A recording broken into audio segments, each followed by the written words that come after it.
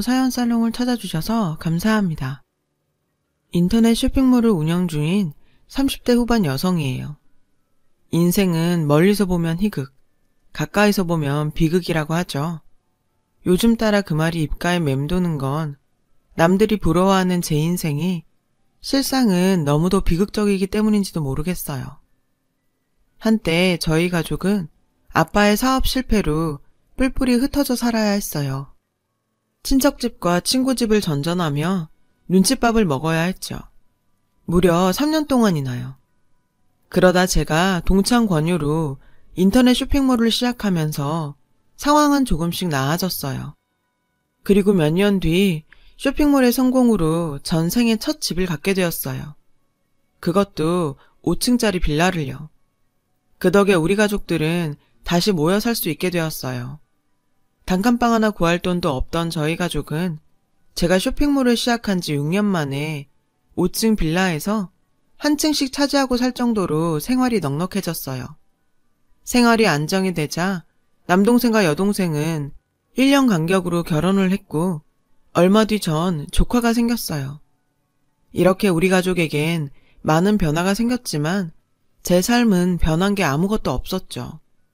결혼도 미룬 채 사업에 매진했던 저는 마흔을 바라보는 나이에도 여전히 미혼인 채 살고 있으니까요.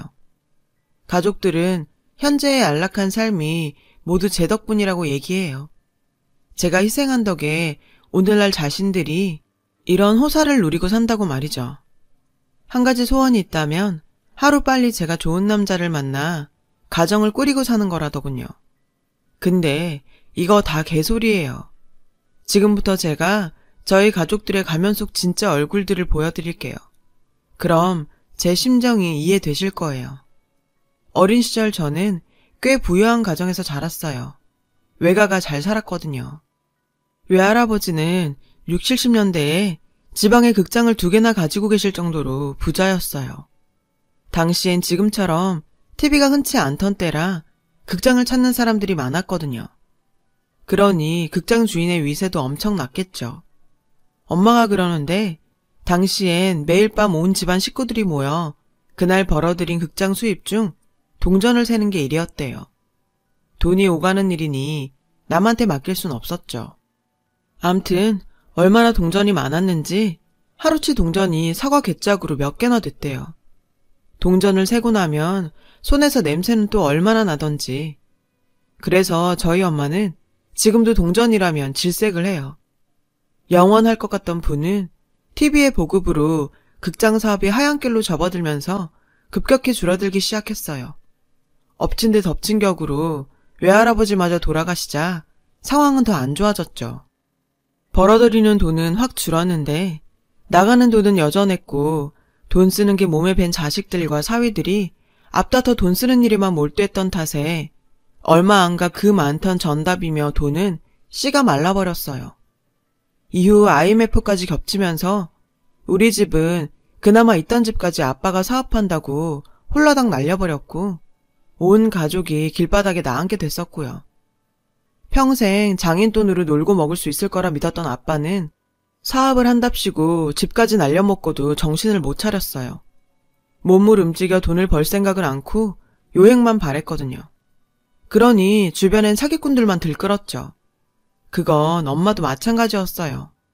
어려서부터 돈 쓸 줄만 알았지 10원짜리 한 장 벌어본 적 없는 엄마는 늘 과거 타령만 했어요. 나 어렸을 땐 말이야. 내가 이래봬도 소시적엔 이런 단골 멘트를 남발하면서요. 하지만 과거에 억만장자였으면 뭐예요? 당장 먹을 쌀 한 톨도 없는데. 할 수 없이 큰딸인 제가 총대를 매야 했어요. 새벽엔 우유 배달을 하고 방과 후에는 패스트푸드점에서 알바를 했어요.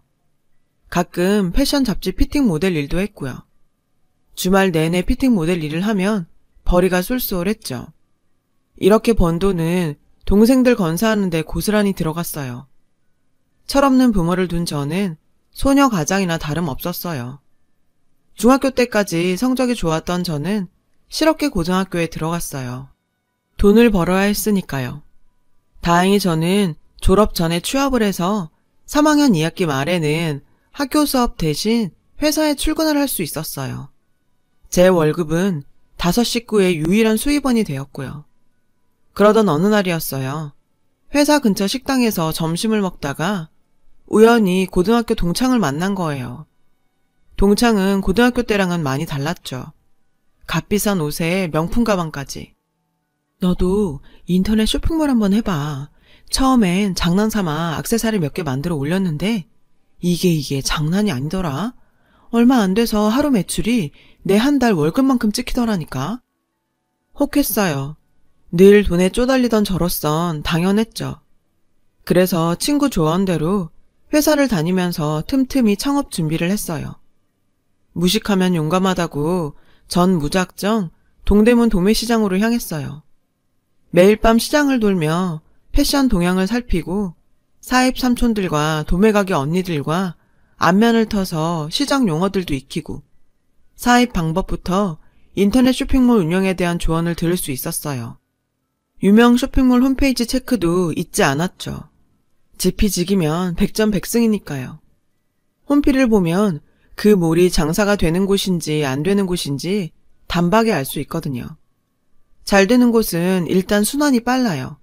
옷들이 금세 빠지기 때문에 신상이 자주 올라와요. 게시판을 보면 구매자에 대한 응대 역시 달랐고요. 뭐랄까, 되는 곳은 확실히 달랐어요. 대응도 빠르고 일단 체계가 잡혀 있더라고요. 반품 환불도 잘해주고요. 브랜드 매장은 아니지만 구매자들이 이곳에서 물건을 사는 게 창피하지 않도록 전문성을 보이는 것 같았어요. 가격은 싸지만 믿을 수 있는 곳이라는 인식을 심어주는 거죠. 저는 어느 정도 업계 동향을 파악한 뒤 시장을 돌며 눈도장을 찍어 받았던 옷들을 사입회와 제품 사진을 찍었어요. 그리곤 보정을 거쳐 홈피에 올렸죠. 하지만 기대와 달리 주문은 들어오지 않았어요. 피가 마르는 시간이었죠. 철이 지나면 이게 다 재고로 남는 건데 초기 자본이 빠듯했던 터라 이런 상태론 3개월도 버티기 힘들었거든요. 결국 쇼핑몰을 접을 생각으로 사입해둔 옷을 입고 친구를 만나러 나갔어요. 근데 홍대 주차장 골목을 막 지나려는데 한 여자가 다가와 그러는 거예요. 저 그 옷 어디서 샀어요? 전 쇼핑몰 명함을 건네며 여기서 샀다고 말했죠. 순간 기분이 짜릿하더라고요. 제 선택이 틀리지 않은 것 같아서 기분이 좋았죠. 그날 홍대 거리를 지나면서 제가 입은 옷을 어디서 살 수 있냐는 소리를 3번이나 들었어요. 전 그 길로 약속도 취소하고 집으로 돌아와 사입해둔 옷들을 들고 나왔어요. 그리곤 직접 피팅을 한 채 거리에서 친구의 도움을 받아 스냅 사진을 찍었죠. 그걸 제 블로그에 올리고 페이지 하단에 제가 운영하는 쇼핑몰 주소를 올렸어요. 그날 이후 지인들을 비롯해 블로그를 타고 쇼핑몰로 조금씩 사람들이 유입되기 시작했어요. 기적이었죠. 덕분에 재고로 남을 뻔한 옷들이 조금씩 팔리기 시작했고 그렇게 시간이 흘러 마지노선으로 잡았던 3개월이 되었어요. 간신히 저는 적자를 면할 수 있었어요. 잘하면 되겠다는 확신이 생겨 그 무렵 회사에 사표를 냈어요. 그렇게 조금씩 자리를 잡아가기 시작한 쇼핑몰은 유명 연예인이 저희 샵에서 구매한 옷을 입고 찍은 사진이 돌면서 순식간에 주문이 폭주하기 시작했어요. 더 이상은 사입으로 감당할 수준이 아니었죠. 그래서 만리동 옷공장을 직접 돌며 제품을 주문 생산하기 시작했어요. 그렇게 5년이 지나자 10명 남짓한 직원의 전용 공장을 가진 어엿한 쇼핑몰 대표가 될 수 있었고요. 그리고 몇 년 뒤 5층짜리 건물을 매입할 수 있었어요. 물론 은행 대출을 끼긴 했지만 그래도 제 나이를 생각하면 대단한 성공이었죠. 그러던 어느 날이었어요. 욜로 열풍이 불기 시작했죠. 한 번뿐인 인생을 즐겨라. 별것 아닌 광고 카피에 순간 저는 멍해졌어요. 그리곤 그동안 보이지 않던 제 삶이 눈에 들어오기 시작하더군요. 내 다이어리에는 온통 사업 관련 일들과 거래처 전화번호, 그리고 조카들 학원비 내는 날짜와 부모님 용돈, 집안에 들어갈 돈, 이체 날짜들만 빼곡히 적혀 있었어요. 날 위한 스케줄은 하나도 없더라고요. 집 사고 동생들 시집 장가 보내고 이제는 조카들 학원비까지 대며 온통 가족들에게 헌신하며 살고 있는 나만 있더군요. 정작 내 곁엔 사랑하는 사람도 자식도 아무것도 없는데 말이죠. 흰머리와 신경성 위험, 휴일도 없는 바쁜 일상. 저한테 남은 건 그런 껍데기일 뿐이었어요. 10년 넘게 쇼핑몰 사업을 해오면서 많은 돈을 벌었지만 정작 제 삶은 황폐한 사막이 돼버린 거죠. 순간 걷잡을 수 없는 공허함을 느꼈어요. 그리곤 그대로 무너져 버렸죠. 아무것도 하고 싶지 않고 아무것도 먹고 싶지 않고 그저 여기서 모든 걸 끝내고 싶다는 안 좋은 생각만 들었어요. 그때였어요. 막내 직원이 저를 물끄러미 바라보더니 그러는 거예요. 대표님은 좋으시겠어요. 돈도 있겠다. 원하는데 어디든 여행 갈 수도 있고. 여행? 그러고 보니 철철이 부모님과 동생네는 해외여행을 보내주면서 정작 제 자신은 일이 아닌 여행으로 해외에 나간 적이 한 번도 없더라고요. 그 길로 서점에 들러 여행책을 샀어요. 나른한 분위기에 인터넷이 빠른 장소를 찾아봤죠. 모든 조건을 갖춘 곳은 바로 치앙마이였어요. 그곳은 분명 디지털 노마드의 성지로 불릴 만한 곳이었죠. 저에겐 더 없이 잘 맞는 곳이었어요. 전 당장 짐을 꾸려 치앙마이로 떠났어요. 그리곤 한 달짜리 콘도를 구해 그날부터 본격적으로 현지인처럼 살기로 했죠. 동네를 어슬렁거리는 일상을 보내며 예쁜 카페에 들어가 책을 읽고 배고프면 근처 식당에 가서 맛있는 음식도 사 먹고 가끔은 치앙마이 근교로 1박 여행을 떠나기도 하면서 말이죠. 제 인생에서 이렇게 온전히 나만을 위해 보내는 시간은 처음이었어요. 그러던 어느 날 식당에서 밥을 먹고 나오려는데 글쎄 지갑이 없지 뭐예요. 밥값이라고 해봐야 한국 돈으로 3,000원도 안 되는 돈이었지만 한국도 아니고 말도 안 통하는 외국에선 완전 낭패였죠. 식은땀이 절로 나더라고요. 영어가 짧아서 제대로 설명도 못하고 쏘리만 연신해대는데 그때였어요. 제가 대신 내드릴게요. 어떤 남자가 돈을 내미는 거 있죠?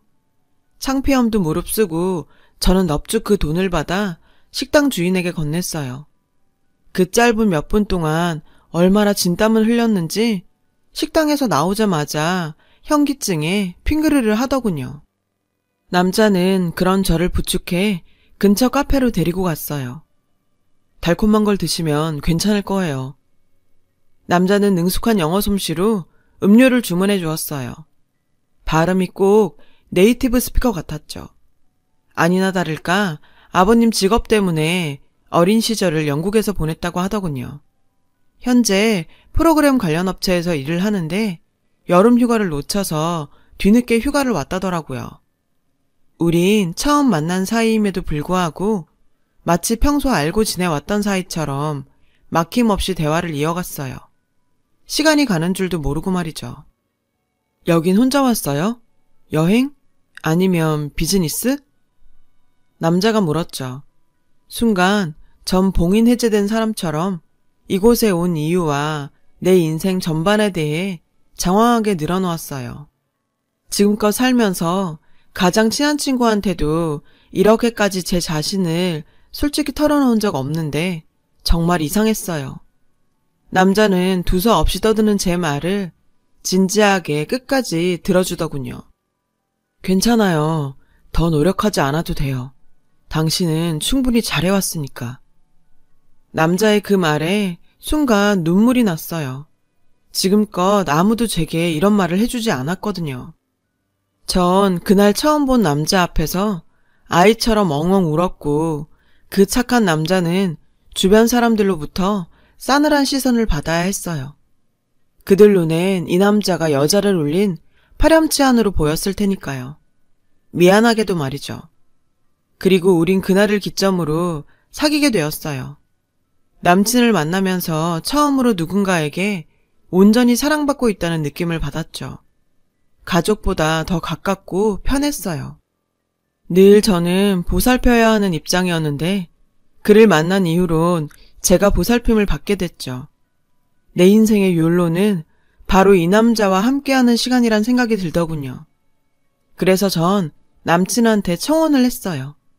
당신을 놓치기 싫다고요. 남친은 당황했죠. 프로포즈할 타이밍을 노렸는데 기습을 당했다면서요. 그리고 승낙을 하더군요. 결혼하자고. 그 후 우리는 양가 부모님들께 결혼 승낙을 받았고 그렇게 행복한 미래를 꿈꾸고 있었죠. 그런데 뭐? 헤어지자고? 왜? 남친이 느닷없이 파혼을 하자는 거예요. 여자가 생겼다나요? 믿을 수 없었죠. 전 못 믿겠다고 상대 여자를 보여달라고 했어요. 하지만 남친은 그럴 수 없다며 매몰차게 절 밀치고 가버렸죠. 그날 이후 전 식음을 전폐하고 몸져 누웠어요. 죽을 것만 같더라고요. 처음부터 지옥에 살았던 것과 천국을 맛본 뒤 지옥으로 떨어지는 건 천지 차이거든요. 그런 와중에도 가족들은 제 곁을 지키며 헌신적으로 저를 보살펴 주었어요. 역시 세상엔 가족이 최고구나 생각했죠. 그러던 어느 날이었어요.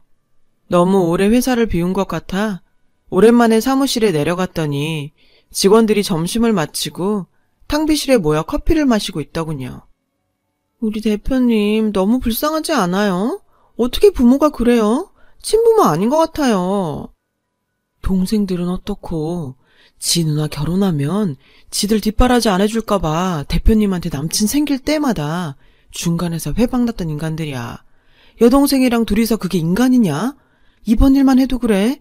그동안 그렇게 큰딸 등골 빼먹었으면 이젠 결혼은 하게 놔둬야 할 거 아냐? 어쩜 돈줄 끊길까봐 대표님 남친을 그렇게 괴롭힐 수가 있냐? 툭 하면 회사까지 쫓아가서 헤어지라고 협박하고 그래도 말 안 들으니까 보는 앞에서 약 먹고 죽어버리겠다고 그 난리를 피웠다잖아. 결국 남자도 질려서 떨어져 나간 거지.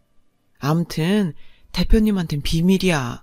가족들 본 모습 보면 그 성격에 살고 싶겠냐? 그냥 우리라도 잘해드리자고. 맙소사.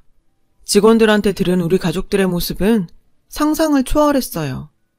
그들의 눈에 저는 가족이 아닌 돈줄 그 이상도 그 이하도 아니었죠.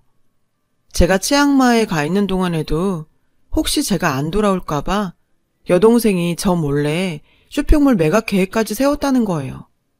작자까지 나서서 미팅까지 했다나요? 도저히 참을 수가 없었어요. 당장이라도 가족들을 불러서 사실 확인을 하고 싶었죠. 하지만 그보다는 먼저 남친을 만나 확인부터 해야겠다고 생각했어요. 그래서 그 길로 남친의 회사로 찾아갔죠. 못 본 사이 많이 수척해졌더라고요. 나만큼 많이 아팠던 모양이에요. 그이는 절 보자 일부러 냉랭한 목소리로 소리치더군요.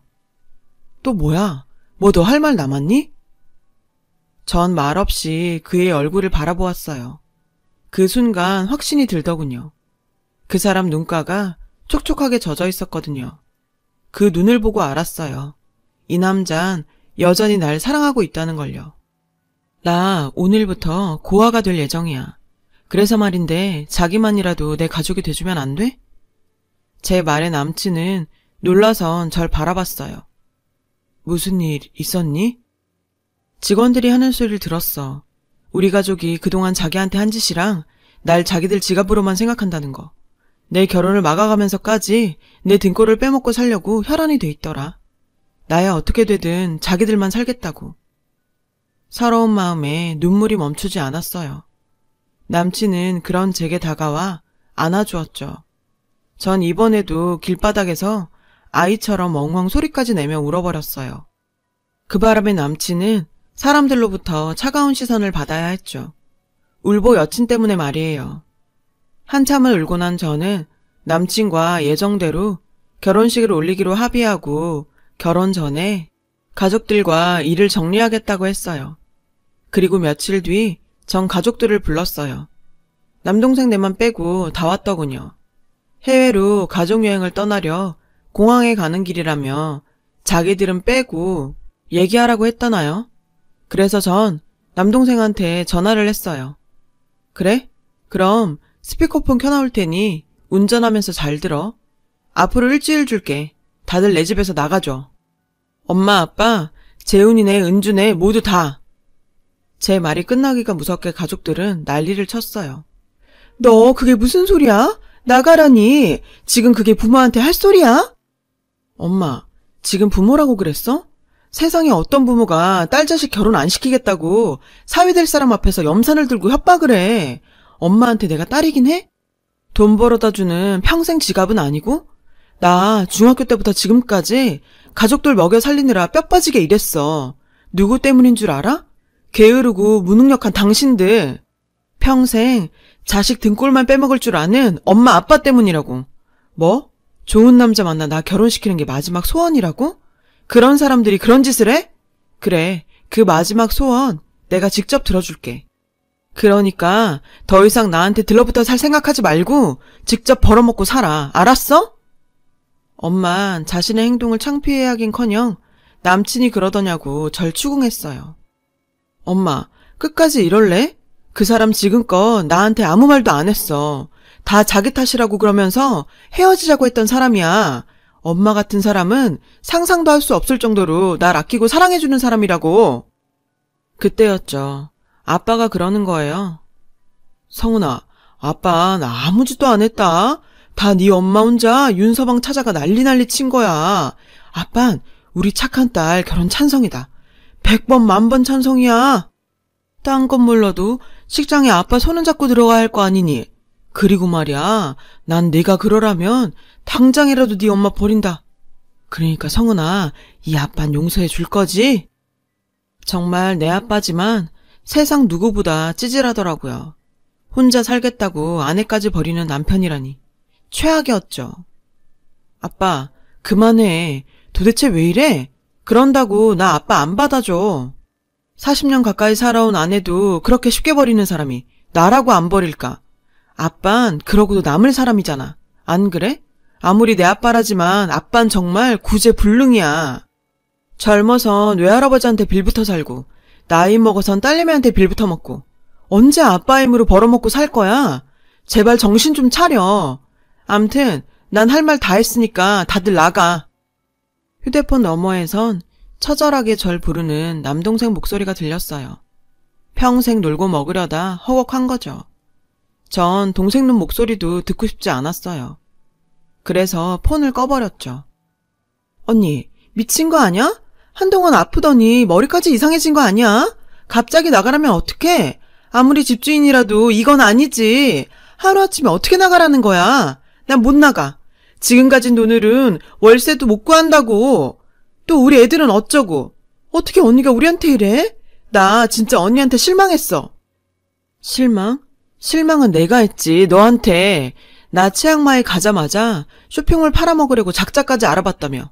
그래, 얼마 주겠다디? 네가 무슨 권리로 내 쇼핑몰을 넘봐? 네가 사입을 한번 했니? 제품 포장을 한번 했니? 하다못해 사무실 청소라도 한번 했으면 내가 말도 안 해. 그런 주제에 어디 감히 내 걸 넘봐? 이런 걸 가족이라고 믿은 내가 정말 미친년이지. 꼴 보기 싫으니까 다 나가. 전 가족이라는 이름으로 평생 내 등골을 빼먹고 살아온 사람들한테 내 집에서 나가라고 소리쳤어요.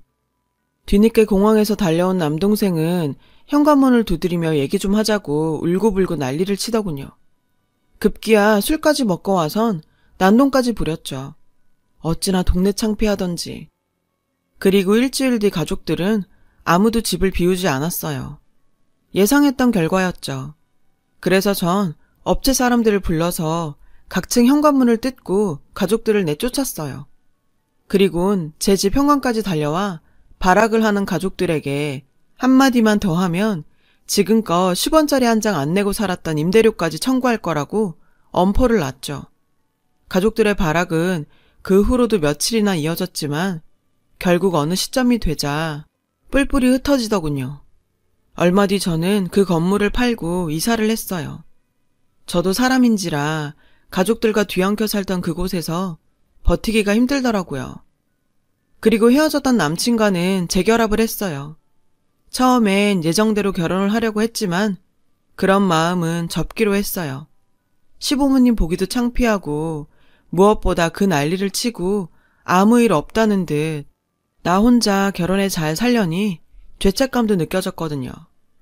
절 부리고 살아온 가족들도 문제지만 따지고 보면 그렇게 당하고도 아무 말 않고 살아온 제 탓도 크니까요. 앞으로 얼마나 더 시간이 흘러야 마음의 상처가 아물지는 모르겠어요. 하지만 적어도 앞으론 가까이서도 멀리서도 제 인생이 비극이 되지 않도록 살아보려고요. 여러분, 사연 댓글에 응원과 현명한 조언 부탁드려요. 좋아요와 구독은 저에게 큰 힘이 됩니다. 오늘도 좋은 일 가득하세요.